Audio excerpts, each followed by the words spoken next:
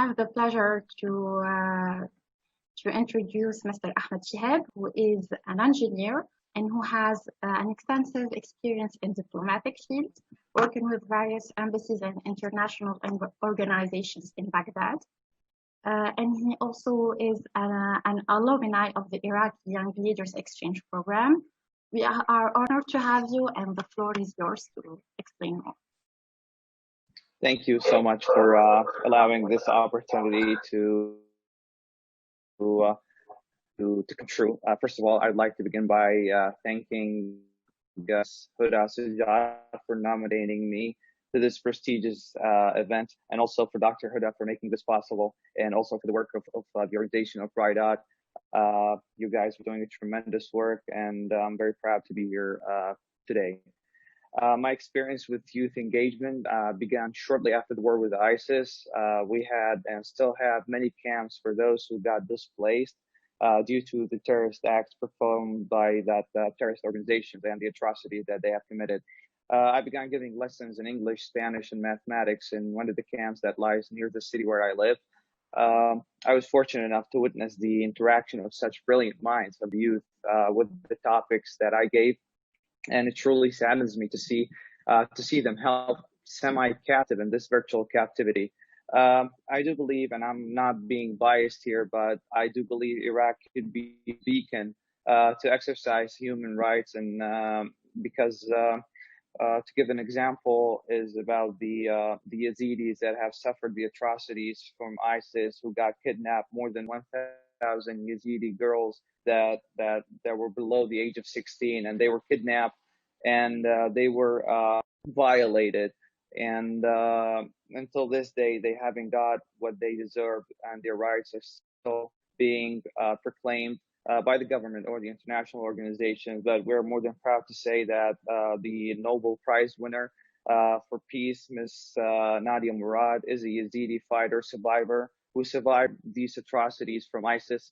And as for the initiatives that I assume to promote gender equality, as a public servant in the Iraqi government, I stand by officially to the Iraqi stand and the Convention of the Elimination of All Forms of Discrimination Against Women, which was adopted by the UN General Assembly in 1979, I believe, and which Iraq has accredited officially in 1986, which clearly has impacted the writing of the Iraqi Constitution, as Article 14 of the Iraqi Constitution stipulates that Iraqis are equal before the law without discrimination based on sex or gender. And with that being said, the bare minimum thing I try to do is reflecting these laws by being an equal opportunity employer in my workplace, as I'm in charge of that as well, and to see all genders are equal in rights and duties. Although that I work in a harsh, unstable environment, I am a petroleum engineer. I work in the desert, so having women there is a bit complicated. Because our type of work is a bit harsh. We stay away of our houses and families for more than 1 month, 2 months in a row. So having female companions that share this workplace is a bit challenging, but I was fortunate enough to have many female friends that work as engineers in these harsh environments, and they've demonstrated a great deal of efficiency and professionalism in that field. So I believe we're halfway across of promoting gender equality in Iraq. And as for the obstacles, I would not call them obstacles rather than opportunities to self-improve.